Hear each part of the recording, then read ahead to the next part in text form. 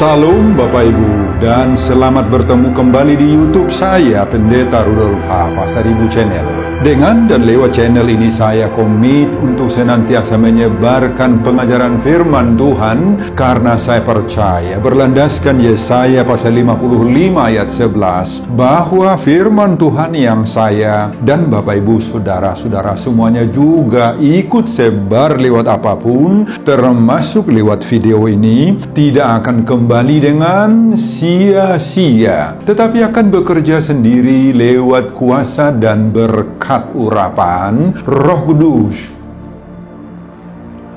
Mari Bapak Ibu saudara-saudara semuanya, saya ajak membantu saya menyebarkan pengajaran firman Tuhan, khotbah di pertanggihan keluarga, Minggu Kantate 28 April 2024. Terambil dari Injil Matius pasal 15 ayat 8 sampai 20. Dan bacaan dari Mazmur pasal 22 ayat 26 sampai 32. Diikat oleh topik atau tema, orang yang mencari Tuhan akan memuji namanya. Dalam bahasa Batak Toba dituliskan, ikon memuji-muji Jehovah do akan auso-uso di ibana. Saya baca untuk kita, simaklah pembacaan firman Tuhan berikut ini. Judul perikop Matius pasal 15 mulai dari ayat 1 sampai 20 adalah perintah Allah dan adat istiadat Yahudi. Khotbah kita dari ayat 8 sampai 20. Bangsa ini memuliakan aku dengan bibirnya, padahal hatinya jauh daripadaku. Percuma mereka beribadah kepadaku, sedangkan ajaran yang mereka ajarkan ialah perintah manusia. Lalu Yesus memanggil orang banyak dan berkata kepada mereka, dengar dan camkanlah, bukan yang masuk ke dalam mulut yang menajiskan orang, melainkan yang keluar dari mulut, itulah yang menajiskan orang. Maka datanglah murid-muridnya dan bertanya kepadanya, engkau tahu bahwa perkataanmu itu telah menjadi batu sandungan bagi orang-orang Farisi? Jawab Yesus, setiap tanaman yang tidak ditanam oleh Bapakku yang di sorga akan dicabut dengan akar-akarnya. Biarkanlah mereka itu. Mereka orang buta yang menuntun orang buta. Jika orang buta menuntun orang buta, pasti keduanya jatuh ke dalam lubang. Lalu Petrus berkata kepadanya, jelaskanlah perumpamaan itu kepada kami. Jawab Yesus, kamu pun masih belum dapat memahaminya?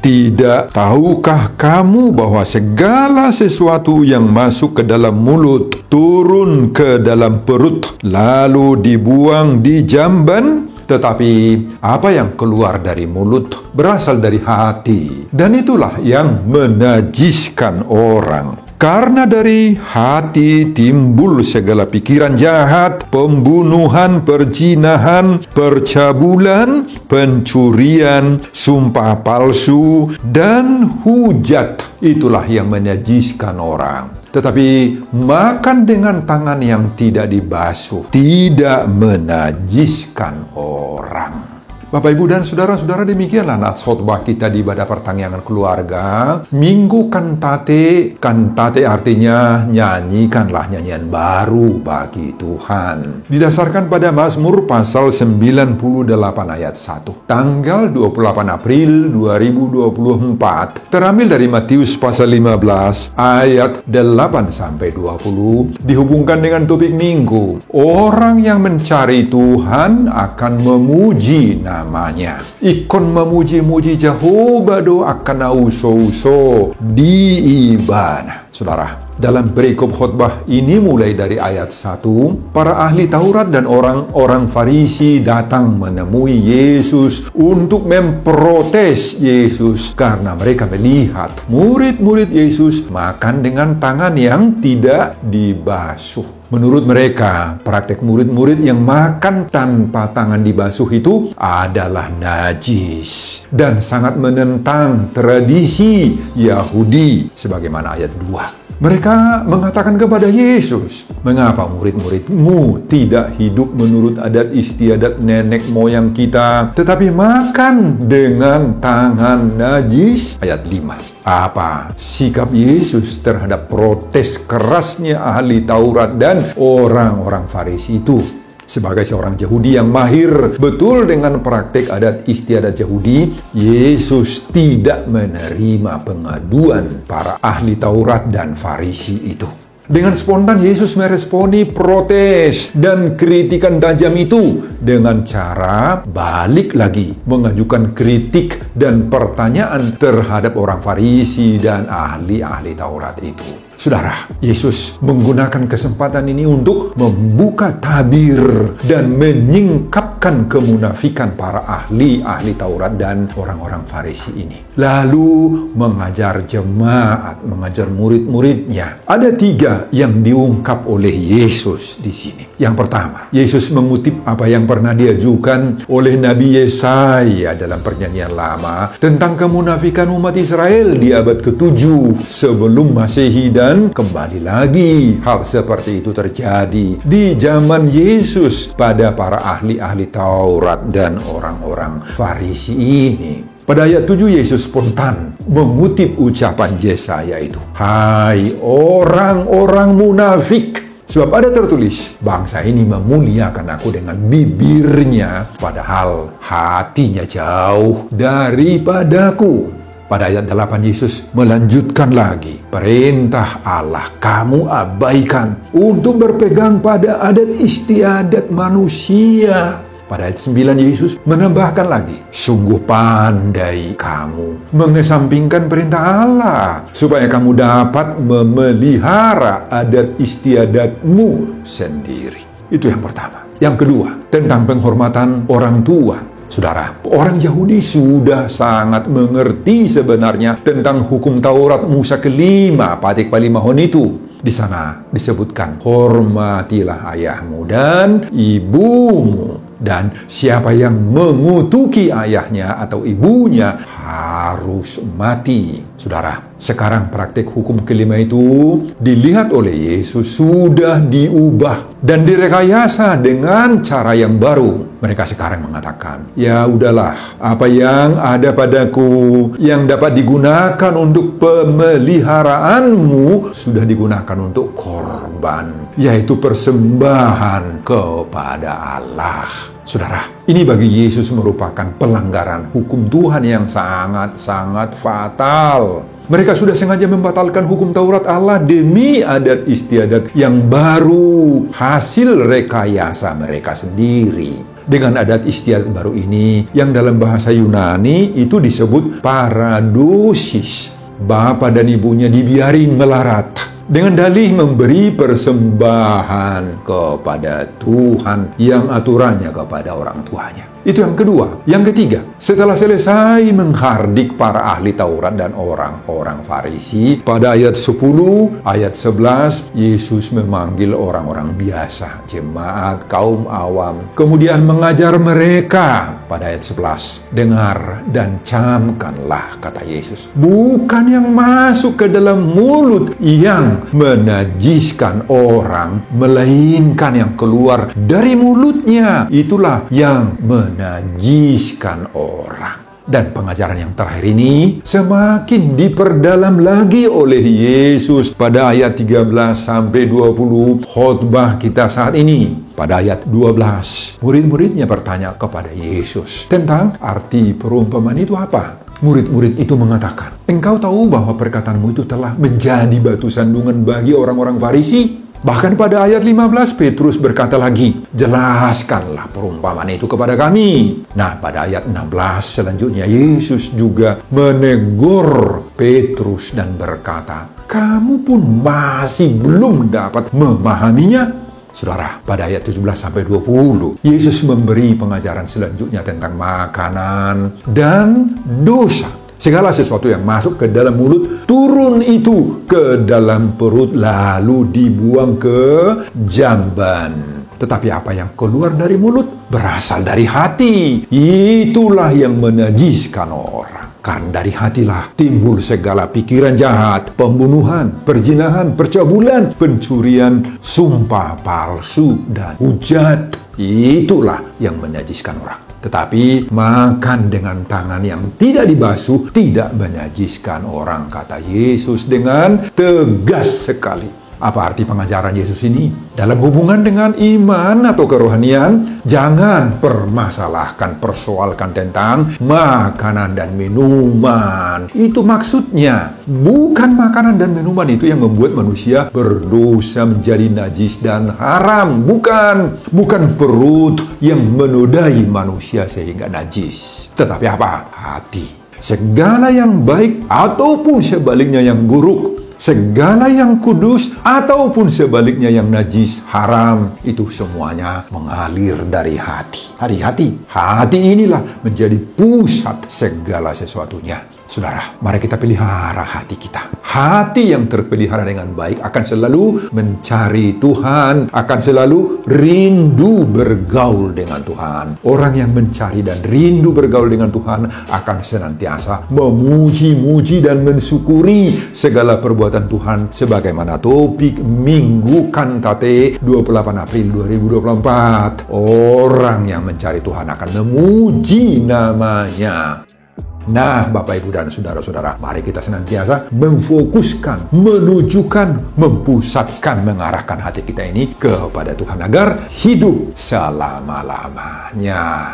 Bapak, Ibu, dan saudara-saudara, itulah isi keseluruhan khotbah kita di ibadah pertanggihan keluarga di Minggu Kantate. Sekali lagi, Kantate artinya nyanyikanlah nyanyian baru bagi Tuhan. Didasarkan pada Mazmur 98 ayat 1. Tanggal 28 April 2024. Terambil dari Matius pasal 15 ayat 8 sampai 20. Dihubungkan dengan topik Minggu. Orang yang mencari Tuhan akan memuji namanya. Nah, apa pengajaran Tuhan bagi kita lewat khotbah ini, Bapak Ibu? Pengajaran pertama, Tuhan tidak pernah melarang kita melaksanakan adat yang baik. Saudara, hati-hati dengan nats Matius pasal 15 ini. Sebab banyak orang yang menggunakan nats ini untuk melawan, untuk menentang segala bentuk praktek adat istiadat, budaya atau tradisi yang diturunkan oleh nenek moyang dahulu-dahulu itu. Mereka mengatakan bahwa semua yang berbau adat istiadat, berbau budaya atau tradisi yang diturunkan oleh nenek moyang itu adalah najis, adalah bertentangan dengan firman Tuhan, kehendak Allah, kata mereka. Hati-hati Bapak, Ibu, dan saudara-saudara. Hati-hati sekali lagi dalam bersikap seperti itu. Di berbagai tempat, terutama yang digerakkan oleh aliran-aliran gereja tertentu, timbul gerakan-gerakan yang menolak adat, yang anti-adat. Mereka menggunakan nats dari Matius pasal 15 ini sebagai dasarnya. Mereka tega menyimpulkan bahwa semua praktik adat istiadat lama, yakni peninggalan nenek moyang itu, adalah warisan kekafiran dan harus ditolak semuanya, kata mereka. Akibat pandangan ini pernah ada di Medan, ketika saya masih di Medan. Gerakan yang anti adat, yang menolak budaya dan bahkan membakar ulus. Ulus itu yakni tenunan kain tradisional khas budaya Batak. Banyak anggota jemaat yang tergoda, yang terpengaruh, dan ikut membakar ulusnya saat itu. Bahkan mereka tarik diri dari gereja tertentu yang mereka anggap merestui adat, melaksanakan budaya, pengguna unsur-unsur budaya seperti ulus tadi, dan pindah ke gereja-gereja lain yang mendukung pembakaran ulus itu. Itu yang mendorong saya, Bapak Ibu, pernah menulis sebuah buku berjudul Penjelasan Lengkap Iman Kristen. Saya singkat itu PELIK. Berisi tentang adat, ulus, puasa, darah, bahasa roh, dan harismatik. Buku ini diterbitkan oleh PT Atalia Rileni Sudeko, Jakarta atau Indonesia tahun 2000 dan tahun 2001. Kata sambutan diberikan oleh saat itu Sekretaris Jenderal HKBP Pendeta WTP Simar Mata MA, sekarang sudah almarhum, dan Presiden HKBP Distrik 10 Medan Aceh saat itu Pendeta Siter MP Hutasoit. Saudara, belajar dari khotbah ini, mari kita lihat sikap Yesus terhadap adat istiadat. Apa sikap Yesus terhadap adat istiadat itu, Bapak Ibu? Sikap pertama, sedikit pun Yesus tidak pernah mencela adat istiadat itu, tetapi mencela, bahkan geram dan marah terhadap orang Yahudi, khususnya para ahli Taurat dan Farisi yang tidak lagi peduli, tidak lagi menghargai perintah Tuhan, khususnya Taurat kelima patik palimahon itu.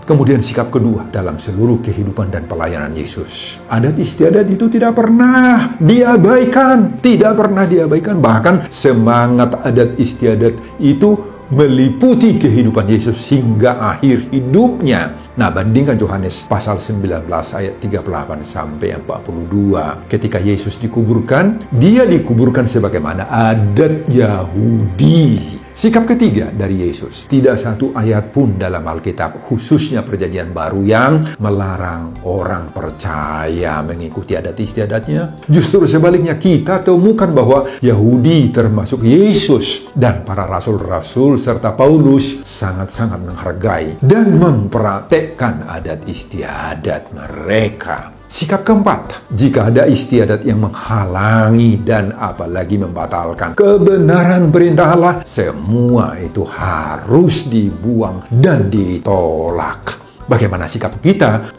Adat istiadat dan kebiasaan atau tradisi yang dapat membantu kita lebih menghayati iman, bisa menolong kita mempraktekkan menghidupi kasih persaudaraan, saling hormat, menghormati dan memberi damai sejahtera yang dari Yesus Kristus, maka semua itu harus dipelihara, harus dikembangkan, dan harus dilestarikan dalam hidup kekristenan kita. Saudara, mari kita jadikan adat istiadat yang baik itu menjadi sarana mempraktekkan kasih, persaudaraan, dan pujian bagi Tuhan. Lewat praktek adat yang baik, kita sudah menjadi orang yang mencari Tuhan akan memuji namanya. Ikon memuji-muji Jehovah doaka nau so di ibana sebagaimana topik minggu kantate 21 April 2024. Pengajaran kedua, Yesus mendobrak pelaksanaan adat istiadat yang bertolak belakang dengan hukum Taurat. Saudara, pada masa Yesus ini sudah bermunculan berbagai-bagai tafsiran baru terhadap Taurat Musa. Dan bahkan sudah lahir berbagai-bagai tafsiran dari tafsiran yang menjadi aturan-aturan baru yang berisi larangan-larangan dan suruhan. Inilah yang disebut dengan paradosis dalam bahasa Yunani, yakni aturan-peraturan baru yang menjadi adat yang harus dilaksanakan, terdiri dari 613 buah aturan-aturan itu, Bapak Ibu. Disinilah ditemukan hukum-hukum tentang mencuci tangan, tentang daging yang dibeli dari pasar, hukum tentang membersihkan peralatan dapur,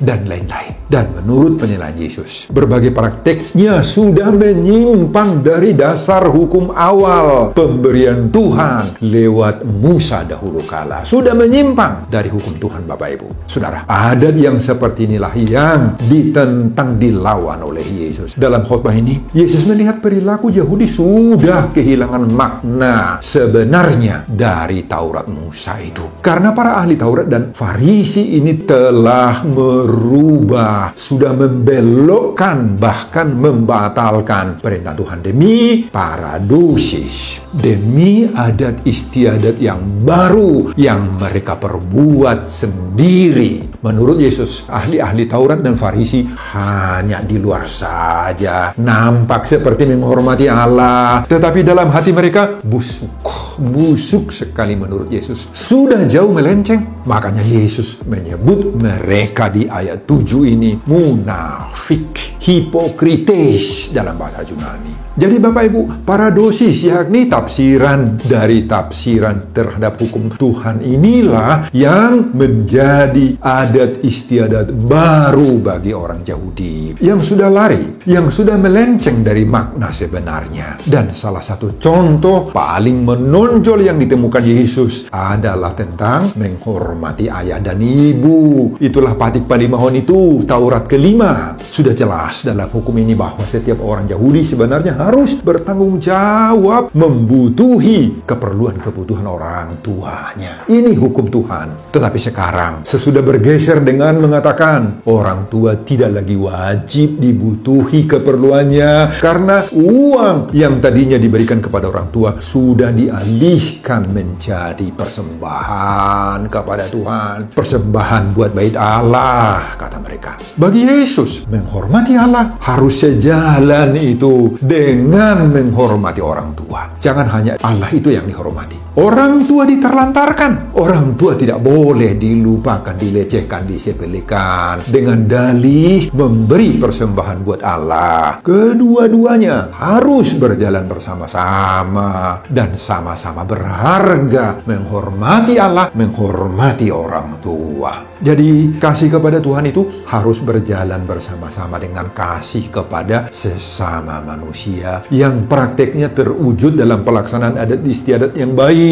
Iman kepada Tuhan harus berjalan bersama-sama dengan kasih kepada manusia dalam praktek adat dan kebiasaan yang baik. Saudara, inilah kantate kita. Apabila kita sudah bisa menjadikan adat istiadat itu sarana untuk saling menghargai, saling hormat menghormati lewat pelaksanaan adat, pelaksanaan budaya dan tradisi kemanusiaan yang baik sebagai buah hubungan baik pribadi kita dengan Tuhan dan sesama manusia, maka nyanyian baru kita pun bagi Tuhan sudah kita wujudkan. Amin Bapak Ibu dan saudara-saudara. Pengajaran ketiga, jaga dan pelihara hati. Dari sana terpancar semua kehidupan. Saudara, pada ayat 17-20 Yesus mengatakan, tidak tahukah kamu bahwa segala sesuatu yang masuk ke dalam mulut turun ke dalam perut lalu dibuang di jamban? Tetapi apa yang keluar dari mulut berasal dari hati, dan itulah yang menajiskan orang. Karena dari hati timbul segala pikiran jahat, pembunuhan, perzinahan, percabulan, pencurian, sumpah palsu, dan hujat. Itulah yang menajiskan orang. Jadi Bapak Ibu dan saudara-saudara, Yesus dengan tegas mengatakan di sini, hatilah pusat dari segala-galanya, bukan soal makanan. Bagi Yesus, makan tanpa tangan dibasuh tidak najis, adalah halal pada ayat 20b. Saudara, kata yang dipakai Yesus untuk hati di sini adalah kardia. Inilah yang menjadi pusat. Itulah sentral dari seluruh kehidupan kita manusia ini. Hati itulah yang menjadi mesin, turbin penggerak semua organ-organ tubuh, organ-organ kehidupan. Agar apakah kita berbuat baik, menjadi kudus, gawena burju, atau sebaliknya, apakah kita akan menjadi jahat, najis. Dari hatilah mengalir semua kehidupan itu, Bapak Ibu. Dalam kardia atau pada hati itulah diproduksi sifat-sifat, karakter-karakter manusiawi kita yang membuat kita menjadi orang-orang yang sopan berbicara, lembut dalam penampilan, dalam bertutur kata, menjadi penyabar dalam segala kondisi hidup. Hati yang memproduksinya, atau sebaliknya, bisa terjadi bahwa dalam hati itulah juga dirancang semua kelakuan-kelakuan sifat-sifat yang buruk, suka berkelahi, gawe perbada bulak, menjadi pembunuh, pencuri, penipu, bisa menjadi koruptor, menjadi orang munafik. Nah, dari hati keluar itu semuanya, Bapak Ibu. Jadi, bukan karena apa yang dimakan, disantap. Bagi Yesus tidak ada pengaruh makanan untuk membuat orang menjadi najis, menjadi tukang bohong, menjadi penipu, dan lain-lain. Oh, bukan nasi yang membuatnya, itu bukan makanan. Itu sebabnya Amsal pasal 4 ayat 23 mengatakan, jagalah hatimu dengan segala kewaspadaan. Karena dari situlah terpancar kehidupan. Sia saluhu si jagau mi gumudang majaga roham. Ai sia ni dorua raka mual hangoluan dalam bahasa Batak Toba. Paulus juga mengatakan pada Roma pasal 14 ayat 17. Sebab kerajaan Allah bukanlah soal makanan dan minuman, tetapi soal kebenaran, damai sejahtera, dan sukacita oleh Roh Kudus. Saudara, inilah tugas dan kewajiban kita sekarang menurut pengajaran Yesus dalam khotbah kita ini. Apa? Agar kita mampu mengelola, mengolah, memanage, menguasai hati atau kardia kita ini, Bapak Ibu. Ini tugas kita. Agar kita hati-hati dengan hati, dengan kardia kita. Hati-hati. Dari hati itulah mengalir kejahatan dan perbuatan-perbuatan yang menajiskan kita. Disebut oleh Yesus di sini pikiran jahat, pembunuhan, perzinahan, percabulan, pencurian, sumpah palsu, dan hujat. Ayat 19. Hitung Bapak Ibu, berapa yang disebutkan oleh Yesus. Semua produksi hati yang jelek itu. Ada 7 jenis perbuatan najis disebutkan oleh Yesus. Nah, kita tahu semua angka 7 tuh. Angka 7, angka sempurna, angka yang lengkap. Makanya Bapak Ibu, kelola, manage, kuasai hatimu, kardiamu. Kuasai Bapak Ibu. Karena itulah yang menjadi pusat inceran, target daripada iblis. Jika kita tidak mampu memanagenya, maka iblis langsung take over, menguasai hati kita itu dan melahirkan perilaku-perilaku jahat tadi itu secara sempurna. Saudara, dengan menjaga hati tetap bersih, jernih, murni, suci, dan kudus, maka kita berhasil menemukan Tuhan dan memujinya. Sebagaimana topik Minggu Kantate 21 April 2024, orang yang mencari Tuhan akan memuji namanya. Ikon memuji-muji Jehovah doakan uso-uso di ibana. Mari kita berkantate dengan menjadikan hidup kita pujian kebesaran bagi nama Tuhan. Amin Bapak Ibu dan saudara-saudara. Sebelum saya mengakhiri khotbah ini kembali, saya mengajak Bapak Ibu dan saudara-saudara membantu saya menyebarkan pengajaran firman Tuhan khotbah pertanyaan keluarga di Minggu Kantate 28 April 2024 dari Matius pasal 15 ayat 8 sampai 20 ini, agar semakin banyak orang yang mencari Tuhan akan memuji namanya. Ikon memuji-muji Jehovah doakan uso-uso di ibana. Termotivasi lewat khotbah ini. Simak juga video-video khotbah saya yang lain agar Bapak Ibu dan saudara-saudara memiliki sentuhan dan pemahaman rohani yang semakin diperkaya. Buka di YouTube saya, Pendeta Rudolf H. Pasaribu Channel. Selamat mengikuti ibadah pertanyaan keluarga buat kita semuanya. Tuhan Yesus memberkati kita. Salam Horas. Amin. Bapak, terima kasih untuk firman-Mu pada saat ini yang kami terima. Inilah pengajaran Yesus yang sangat-sangat indah. Tuhan menginginkan agar kami menjaga hati, menjaga pikiran, menjaga kehidupan kami tidak najis, agar tetap kudus, tetap terpelihara. Yakinkan kami Tuhan, dengan kuasa dan kekuatan Tuhan, kami mampu memanage diri kami melawan semua godaan-godaan. Baik itu godaan-godaan yang datang dari dalam hati kami, dalam pikiran, dari dalam diri kami, godaan dari luar diri kami, agar supaya kami bisa menggunakan adat istiadat tradisi yang kami terima itu menjadi alat, dan lewat itu kami bisa memuji-muji nama Tuhan dan saling menghargai sesama kami. Berkati hamba dalam mempersiapkan khotbah berikutnya, dan semuanya ini saya peruntukkan demi kemuliaan hormat kebesaran nama Tuhan dan nama Yesus Kristus saya berdoa. Amin.